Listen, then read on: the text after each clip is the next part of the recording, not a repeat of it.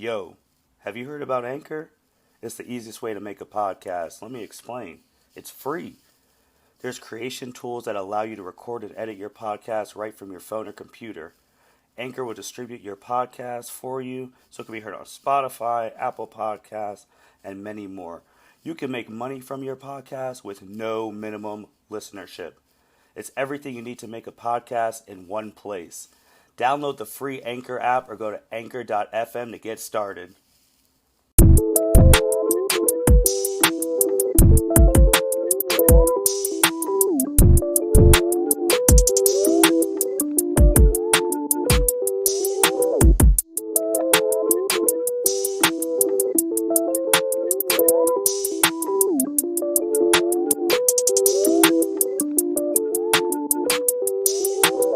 Welcome everyone to the L7C podcast. Today we have the highly requested part 2 conversation with Junior Arrey, but he is not by himself. He has his business partner, Arrey-Selker, with him today. Jake, your first time being on. How are you doing today, sir? I'm doing good, man. Let's get this going. Okay, and Junior, thank you for coming back, man. Appreciate it. Man, I'm glad to be here. Let's get it going. If you haven't listened to part 1's conversation with Junior Arrey about basketball, this most unfiltered, uncensored basketball interview ever, make sure you check that out before you listen to this, because now we're going to be talking about post-life with business, and everyone knows who Junior Arrey is. But Jake, tell us a little bit about yourself. Like, what do you do? Like, what was your journey to being a business owner?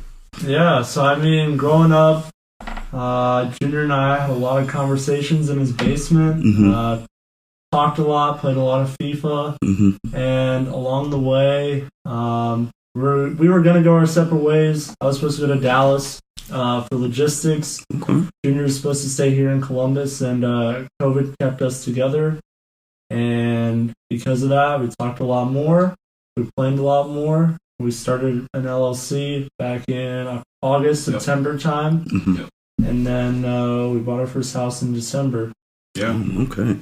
So you talked about those conversations you guys had in the basement in the past. Junior, like, what type of conversations were you guys having? Like, was it always business? Like, hey, we should think about going to business together, or were there other ventures? It was just straight up real conversation, like real shit. Jake and I always had the same type of mindset. We just want to be successful in life, meaning like having financial freedom, make sure our family's taken care of. Having that freedom. That's a big part of our lives that Jake and I both agreed on, and we always talk about each other's life, make sure one another's good, and how we are mentally, physically, emotionally, financially. We all make sure we're everyone's good and taken care of. Yeah, so that's a good thing to have similar mindsets. So Jake already laid it out. They made an LLC. They bought their first house. It was not roses like that. So we're going to break down how they got to that point. And we're also going to drop some gems for other young entrepreneurs, because if you didn't know, both these two are actually very young. Junior recently just turned 23, and Jake, you're under 22, and you're under 25, correct? You're like, what, 23, 24? 22. 22. We got two 22-year-old entrepreneurs. 23. So, oh man.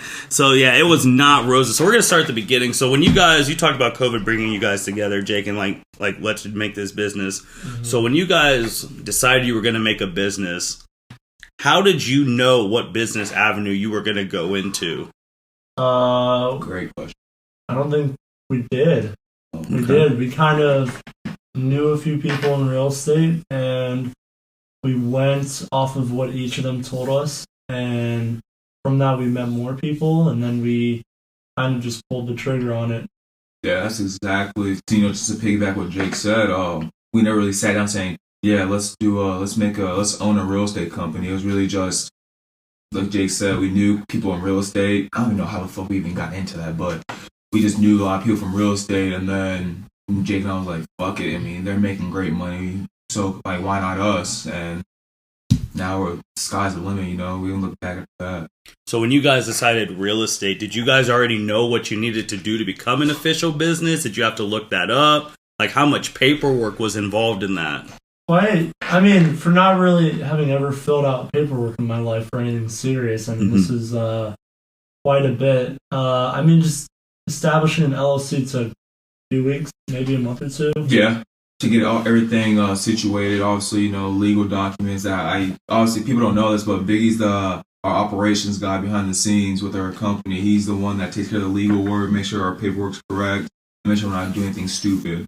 But paperwork is a pain in the ass. And then just starting a business is fucking tough. Like, I'm not saying a lie. It's hard. It's very hard just to get any type of business going because you just don't know. Because obviously there's things going on saying like, oh shit, I might fail. What if the shit doesn't work out? There's a lot of startup costs that Biggie and I talked about, but we just kept persevering through and just took little steps day by day. Then it just compounded over time to a big result. And with the filing of the LLC, how much was initial cost just for filing the name, like your guys' name? I think we talked about this because I was trying to I was trying to make sure I was doing this correctly, but I want to say what, 99? Mm-hmm. I want to say it was around $99 that we the LLC, and then the EIN. Then you guys had to get like an EIN. Didn't you guys have to get some organization, like something of organizations or whatever that is? Yeah, the articles. Like, what's that? I mean, that's just behind the scenes, like what's going to happen if something goes wrong, how we're going to operate together as a group and stuff like that. And it just lays out basically all the steps if something goes wrong. It covers our ass. Yep. And then the EIN was your employee identification number. Yeah, so pretty much. So like humans have social security pretty much to identify who you are. It's the same thing with business. You gotta have an EIN, and it costs like, what would you say? That shit was like expensive. I remember total for between us both. Yeah. It was $344 each. I think for all startup costs that we included in our first house. Yep. So I have all that listed. But yeah, it was around there. So you guys are already paying that amount of money without having any money coming into the company. Correct. Yeah. So we were pouring it out. Yeah. So that's already hard in itself. Like you have no money coming in. You don't know if this is going to succeed or not. Yeah. And you have to put all this money just to be legal. Yes. Mm-hmm. So once you guys became legal, yep. You have your LLC and all of that. What was the next steps you guys took? We just met with people. We met with, we really know the top real estate investors, realtors, and builders in Columbus as it is. So we would just, we went on our way. We stepped out of our comfort zone. And we reached out to them, and they were happy that these young 22, 23-year-olds are reaching out to them, asking them for advice and tips in the real estate game. And Jake and I would go there. We'll sit down with them either at their house or beautiful houses, because most of their houses are big as fuck. Beautiful houses, or meet them at like lunch or dinner somewhere. And we'll just talk. I would bring my binder, and we'll just talk, and they'll tell us like the steps to be successful in real estate, depending if it's you want to be a realtor, a builder, a flipper, investor, or just owning rental properties. They laid it out saying, hey, first you got to do A, B, and C, D before you get to boom, boom, boom. So it was very interesting, that process, and I enjoyed that process big time. So Jake, what did you guys become? Because Junior just laid out, like, if you wanted to be an investor, a flipper, what was your guys' main business model? What you guys wanted to do with houses? I mean, from our talks with our first agent, I think I want to be a flipper. Yeah. I mean, that's she laid it out for us like that, and that's the route that seemed the most clear, because I mean, I really didn't understand the science until like just recently about rental properties. Mm-hmm. Wholesaling is still a little tough to understand at times. Yeah. With how those work, and yeah. So I apologize, Martin, because I know you're about to speak. But so for me personally, for Arrey-Selker Investments, that's our company's name. Mm-hmm. So pretty much Arrey-Selker Investments is breaking down the three groups. There's the real estate aspect, which is flipping, renting out houses, and we're starting to gain more knowledge about the building aspect. Mm-hmm. And then there's training. There's sports investments where I'm the main guy, and Jake also does train, but we usually train kids in basketball, tennis, and like just working them out fitness wise. So just regular fitness as well. Yes, fitness. Yep. And then last part is trading cars. Well, Jake's really an expert and guru on that part. I stay the hell away from that aspect of business. Yeah, we'll focus on those two later down. I want to keep with this housing stuff. Yeah, please. So I've bought a house like as a normal person, and that was a process as itself. You guys are looking for houses as a business. Yep. So how much more stress was that on you guys? Because this is like a real deal. We need to do this for like our business, for our dreams to succeed. How much stress was that on both of you two, especially being so young? I mean, I saw my entire bank account leave.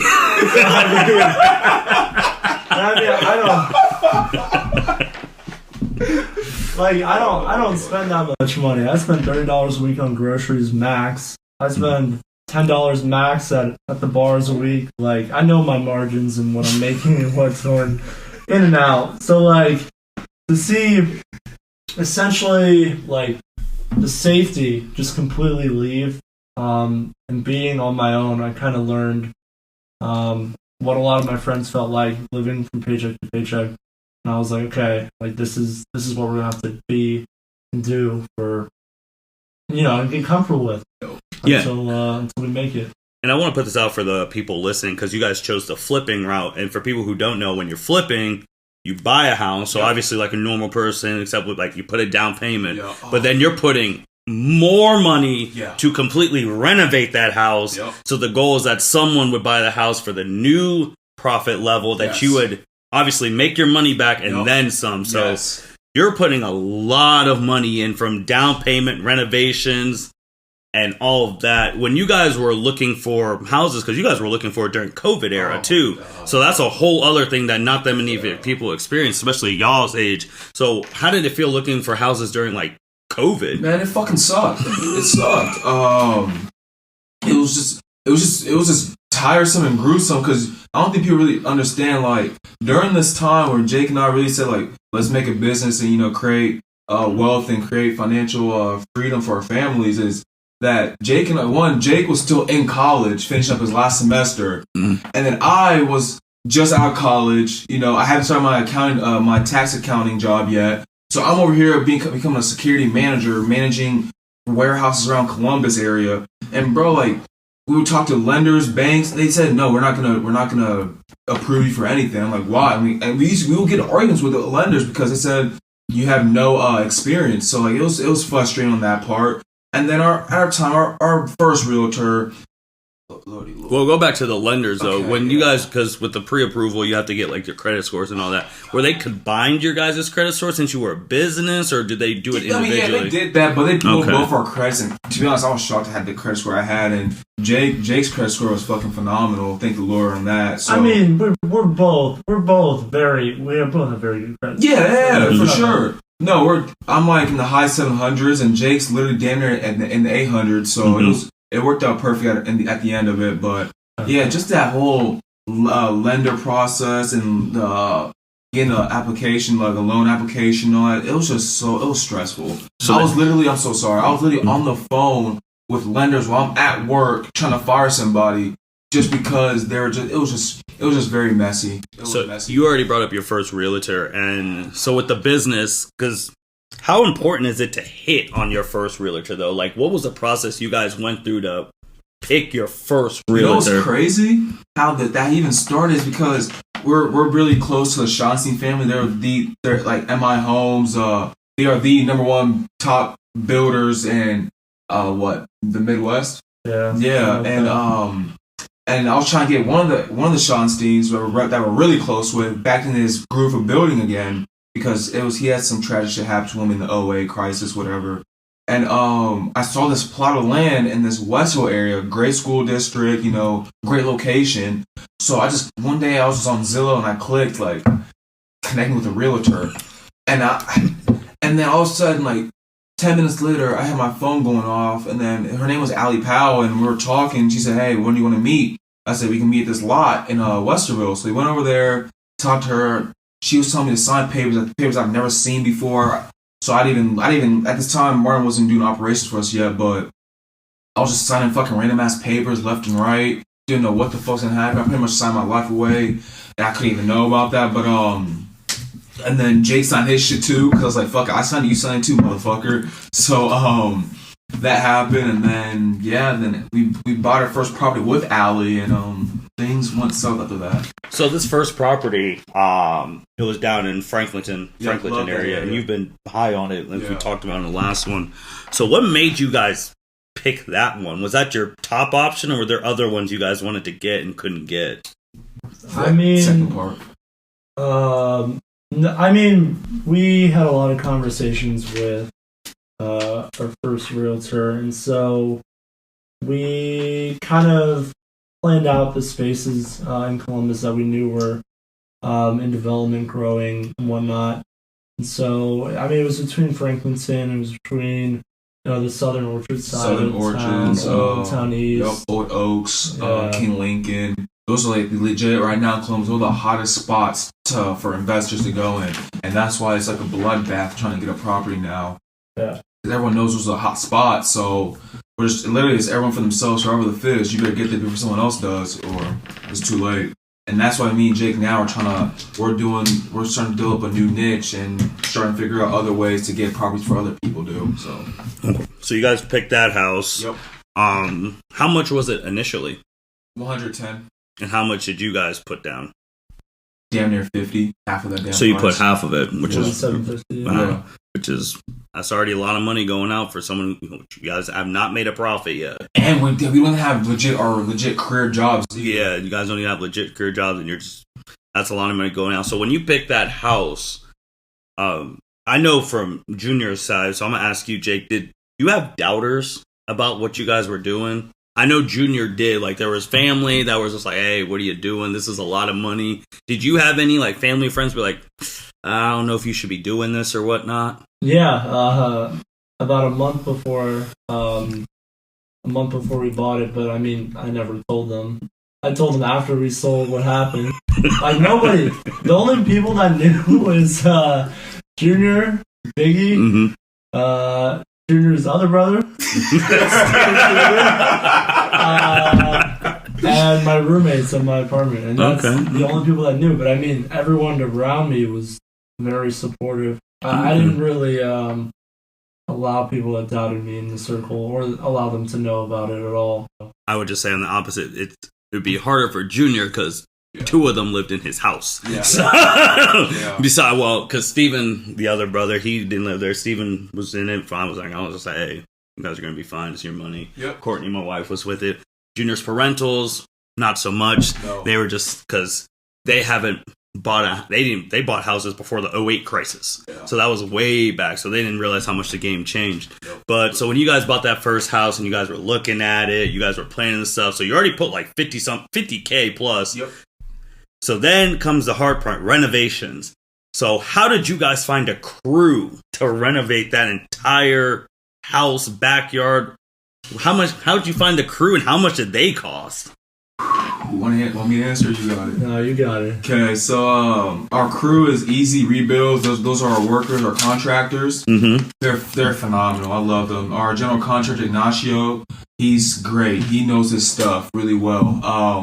The reason how we got connected to him is actually our old realtor, Allie Powell. She's been working with him for a couple of years now, and she said, "Hey, I have a great general contractor, so that he has a big crew, so we just got after it." And then the renovations was how much was it? The rehab. It's just under 100. Yeah, so 95 to be exact. So, because I'm keeping a tally for all the people listening, so you don't have to. Yeah. You bought the house. The house was $1K, 110,000. Yep. Yeah.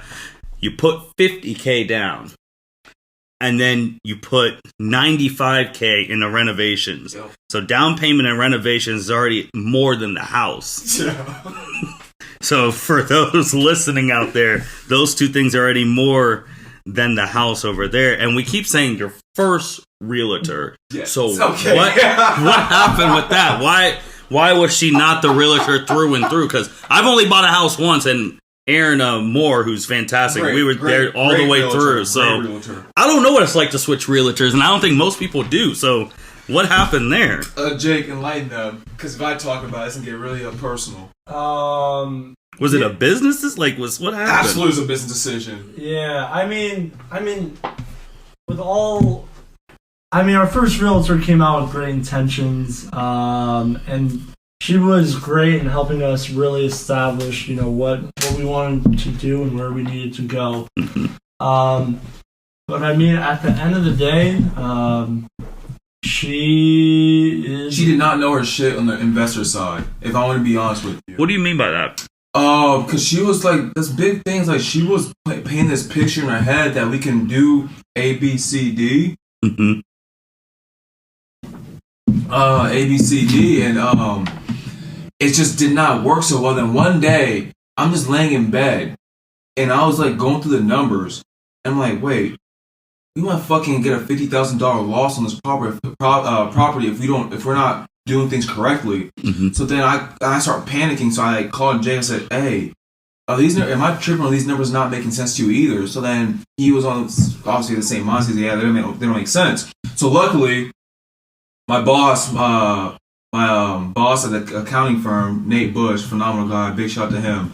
I called him and said, hey, I'm panicking right now. And then me, him, and Jay got on the line. We talked everything out. He told us to meet him at our office on Saturday morning. Keep in mind, this is during tax season too, so I'm fucking beyond busy. And we all sat in his office and we talked everything out. And then he called one of our clients, Brad Clarizio, hands down probably one of the best realtors in Columbus. He's a big time realtor and he's an investor. So we all met at the property. What do you say? The next day, Sunday, we all met at our property, and like we were going through things. He kept asking me all these questions, and we couldn't answer them. We just physically could not answer any of the questions. And then I was trying to paint the same picture to him where our old realtor was painting for us, and he said, "Are you fucking stupid?" I'm like, "What are you talking about?" He said, "You can't do any of the shit that you just told me." And he was straight with him, blunt with me, and he said, "Yeah, you need to drop her before you guys really eat shit on this your first property." And then Jake's more. Is he more diplomatic than you are? Nah. Is he more? What is? Because I feel like he was more hurt. He was definitely hurt, and emotional more than I was. Because I was hot. I was just angry, and Jake was over there just hurt, and we said like we didn't make a big time business decision because Allie doesn't know the investor side of things. Obviously, our old realtor, and so we had to let her go. And that phone call that day was probably the hardest thing we ever had to do. And I don't know, I was a bitch. I made Jake fire her on the phone when I was on the phone with her. All of us on the phone. I made Jake do all the talking. So let me get this straight right now. Both of you under 24 put $110,000 home. Yeah. Already put $145K into it. Yeah. And had to get rid of your first realtor. Yep. So when you guys got rid of your first realtor and you told me about like your boss and them getting the people telling, were doubts starting to creep in? It's like, do we actually know what we're doing? Are we really about to lose all this money? Like after you fired the first realtor, were doubts starting to creep in for you guys? Actually, surprisingly, no. Okay. No. We actually started to become more confident. Oh, wow. Yeah, that's what's really crazy. Okay. Because we hired an experienced realtor with he also has a very experienced in investing as well. And then we hired a consultant, and the shit started rolling because he knew what to do. He built houses from the ground up. He flipped numerous houses. He's renting a lot of houses. So he told us, boom, boom, boom. He literally laid out all the steps we needed to complete. So then the next Monday, we all met at the property. I brought all of our workers over there. And boom, we had a game plan because we never had a game plan with our old realtor. She said she was gonna handle everything else for us, like the finishes, the designs, everything. She said she was gonna handle everything for us. So we're like, shit, okay, cool. And honestly, like I just talked about before, I talked to Brad about it. He said you can't do anything you just told me, but it actually was crazy. So we all met together that Monday. And we just locked in. We had a scope of work or what needed to be completed each week, and the rest was history. Oh. So with that letting go of the first realtor, I mean, how much did you guys have to pay her? Because she said to get paid, or was she angry? Like, or did you have to pay her at the end of whenever? Yeah, we settled with her. She tried to pursue legal actions with us, and it's. Don't have to talk about too much if they're still legal, if there's non-disclosures and anything like that. Nah, it was just some leak. She pursued legal action, so we settled, paid her off, then went our separate ways. Okay, fair enough. She hates Jake's guts, but the thing is though, I still to this day don't understand why she hates Jake, but like she tried to blame everything on Jake, and it was really funny. So what date did you guys buy your first house? January 4th. Yep, 2021. So January 4th. And what day? What was the plan? What day were you guys trying to sell? We were projected to finish the whole entire thing in 4 months, but we got that shit done in 2.5. So what day did you guys sell? We complete property. Like when's what day? Yeah, it was March 17th. We signed papers to finish. Okay. So you had from January 4th to March 17th to completely renovate this house. Yep. Your workers were working Monday through Friday? Oh, not March 17th. Hold on. So it's March 17th. Yeah. So were they working Monday through Friday? Were they working Monday through Saturday? So they were working 9 to 5 each. Wow. So only day they had off was Sunday, doing all they were the drinking Corona while we're doing the job, and I didn't mind at all. They were getting their shit done. So then when it was fully renovated and done, and you guys saw it for like the first time, how did it make you guys feel? Listen, during the whole process, Jake was definitely iffy about it, and I kept trying to tell him, yo, just trust the process. Trust the process, because, you know, Big, you've always been telling me that since I was able to walk, that just trust the process. Just keep going through. Just keep going forward. Just take it to the chin and keep moving forward. And then at the end, Jake was definitely on board. He was very happy at the results. And like I said before, we just never looked back after that. So how nervous then were you guys to finally put it on the market? Woo! Jake? I don't think I was really nervous. I was just kind of excited that it was done. Yeah. I mean, it was tough. I mean, it seemed like every week, it was like we went up a step when we saw what was completed, and then we went 2 steps back when we got more picky in what we wanted done. And I started looking at, you know, the finishes a lot closer when I started looking at the drywall and how it was and how the paint was and stuff like that. So I mean, it was exciting to finally see it all come together, and just see, you know, what transpired over 2.5 months. Yeah, and it was really crazy. The thing that we really had about listing it, because we listed it on April 1st, and it wasn't even on the market for a day, over asking price. Well, let's talk about that. So it was listed on April 1st. Yeah. April Fool's Day, funny enough. And then as soon as it got listed, was your realtor hitting you guys up saying, hey guys, we have like, how many offers did you guys have like as soon as you woke up that day? All I know is that our realtor was blowing our phones up because we had no idea where the keys were located for the property. And I said, why? What's the issue? She said, oh, well, we have about like 15 showings on the first day. And I'm like, what the hell? That shit just came on the market like literally at 8 a.m. And it was just shocking to me that I think it might be like the first person I saw probably over asking, and I was like, fuck, you can have it, because I was done with that property. Yeah, and now that day was interesting because there just happened to be a broken window that we had to fix on the same exact day. So I had to get in around 6 or 7, get the window up to Worthington, get that fixed, bring it back down before another showing, and it was what an interesting stretch of events, man. Because I mean that's also another liability that comes into like the agreements, is like making sure that gets fixed along with whatever else the buyer wants. So then when you had those 15 showings, and Junior, you said that you guys had offers. Yeah. How did you take the first offer you got, or how? So we play a little bit like, I won't say the word Russian roulette. That's weird to say, but like we did this thing just like, we got an offer, and then there's more showings, and our realtor told the other realtors like, hey, we have one offer. If the people that day still want to go look at the house, you guys submit your offer by 8 p.m. and then we'll let you know. And so that's the way we went. And then we just picked the one that went over 25 over asking, and then we didn't look back. So a big thing from the first part of our interview with Junior last week, and again, if you guys haven't heard it by now, make sure you listen to it. We talked about validation. Yes. So when you guys finally sold the house, you got the offer in, like, and you accepted that offer. Yep. Did you guys like talk to amongst each other like, this is validation that A, anyone who doubted us, they were wrong. B, we actually can do this, and C, there's a future for it. Did any of you guys feel that type of way? We're going to differ on this. I'm going to say no, because the people I kept around me were already supportive. I mean, the only person I need validating me is the person right next to me. That's Junior.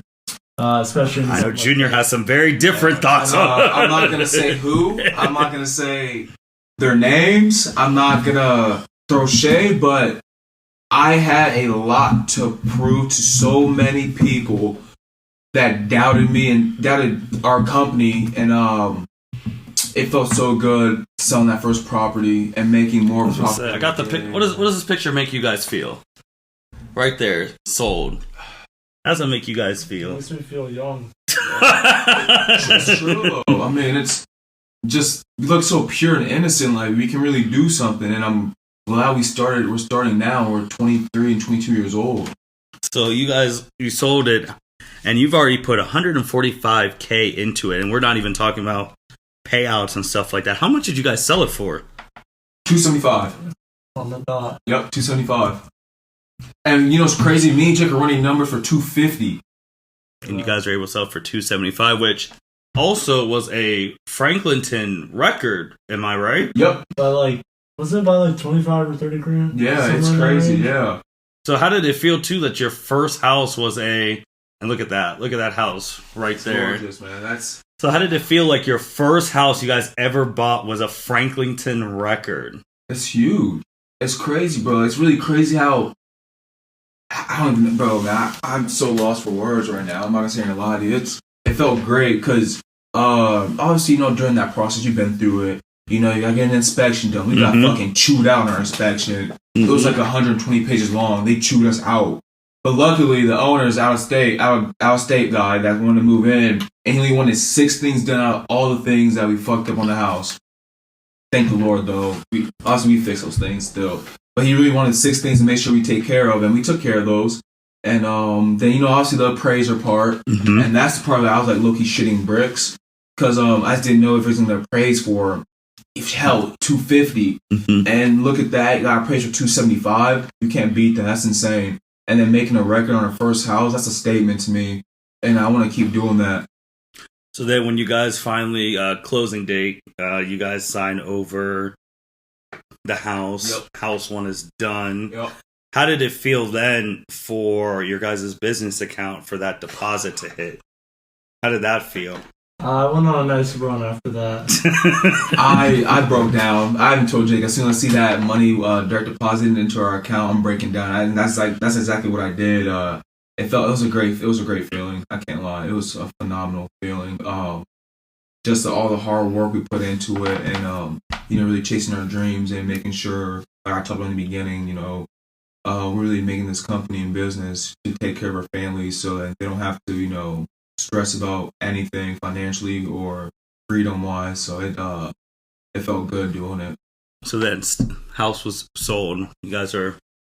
Your names are officially on the map, obviously, because you guys broke a record. So obviously, until someone else breaks it, you guys are record holders. Yeah. So I want to go to the other side of your guys' company. We already know about Junior's basketball training and all of that, but Jake, what is your other side of this business that Junior said that you were expert in?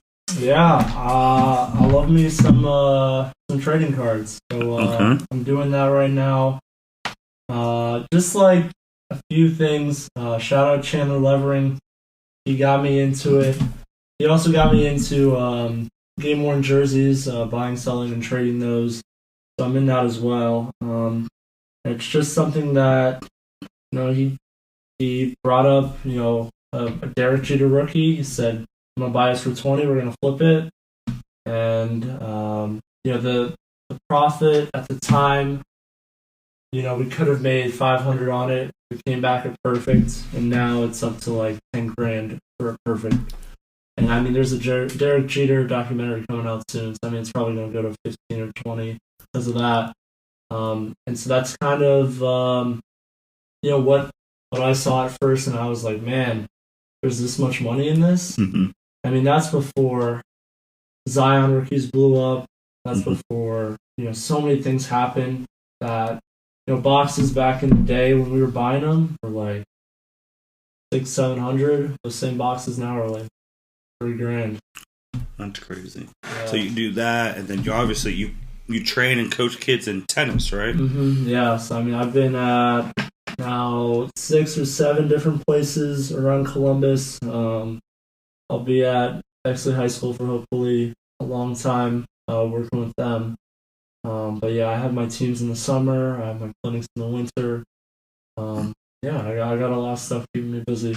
And then juniors, obviously training kids in basketball, fitness. We already talked about last time. We have the Nike camp, so we know what you guys are doing. So you guys have these different avenues. I just want to ask you guys, after selling your first house and then your current stuff, what's next for you guys? Because currently, business-wise, on your guys' website page, and you two are the only two a part of this business, legally. So are you guys ever thinking about now, okay, do we need to expand? Because Junior, you brought up something earlier about you were selling this house, you're trying to sell this house during tax season, and that means your emails were blowing up. And as anyone who's ever tried to buy or sell a house, if you miss an email, you're going to lose that house. Nope. So have you guys thought about potentially expanding, or how's that? What are those talks looking like? Jake and I are always talking about that. We have big goals in mind of what this company can do, and we've always been networking with people. I have a guy, big time shout to Abdul. He knows exactly who he is. He's the guy that also works behind the scenes, making us try to find deals and help us out whenever Jake and I have our full load.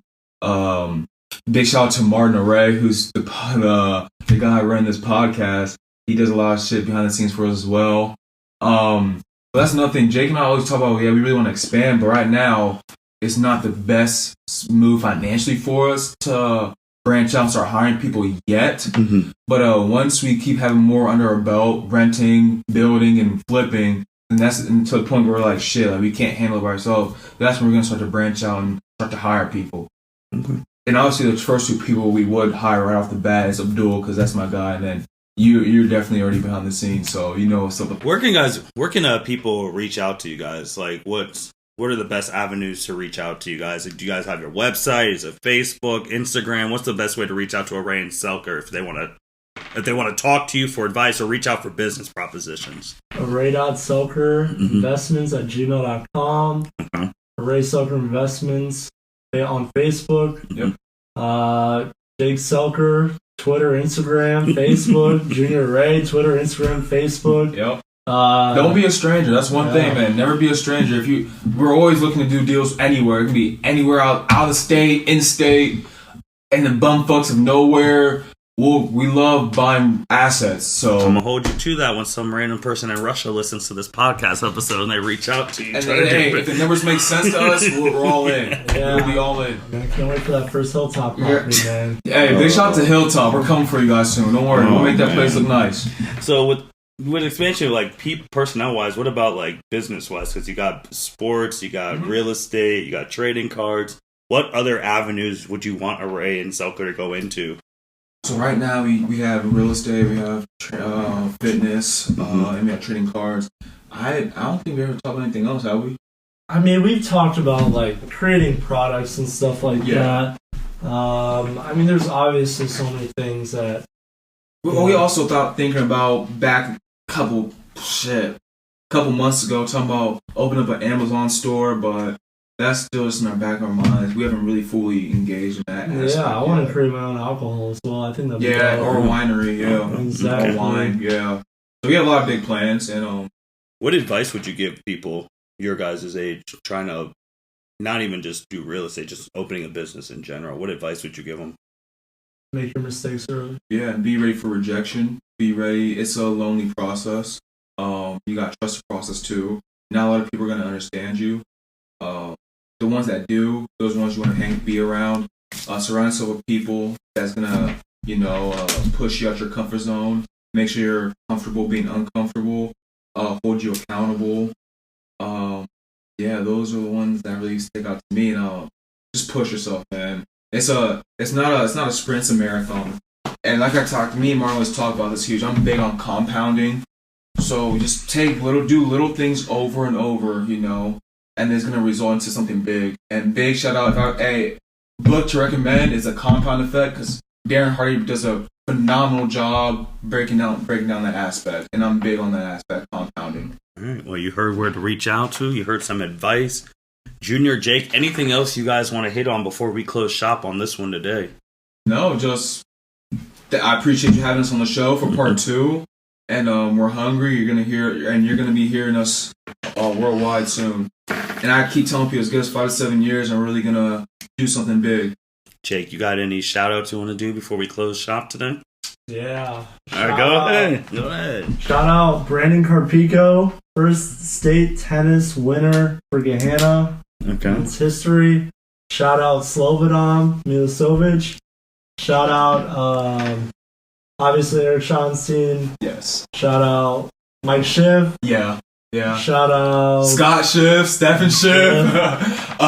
Big shout out to the Alexander's family. Yeah. Big shout out to Brad Clarizio, Nick Eiffel, Bush Tax Company.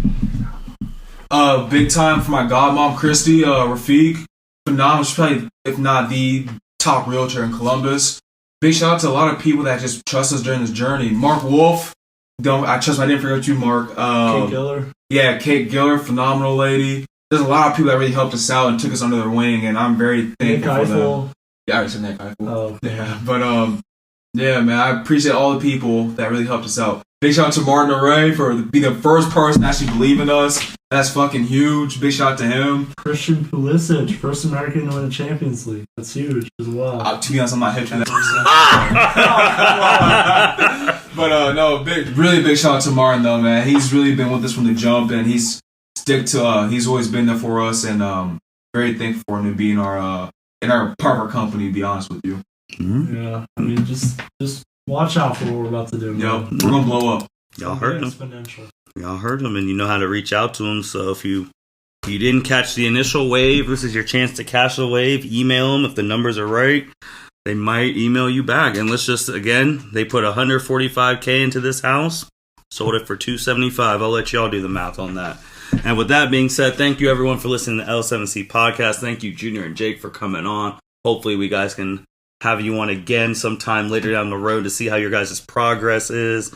And yeah, if you haven't listened to part 1 with Junior talking basketball, make sure you listen to that definitely before you listen to part 2. And if you have an LLC type question, these guys have done it. They did it at a young age. They can walk you through it too. So definitely give them a ring on their email or social media platforms. With that being said, thank you everyone for listening. You guys take care. Thank you for listening to this episode of the L7C podcast. Be sure to like, rate, review, and subscribe to the channel. Follow us on all social media platforms, and we'll be talking to you guys soon. Take care.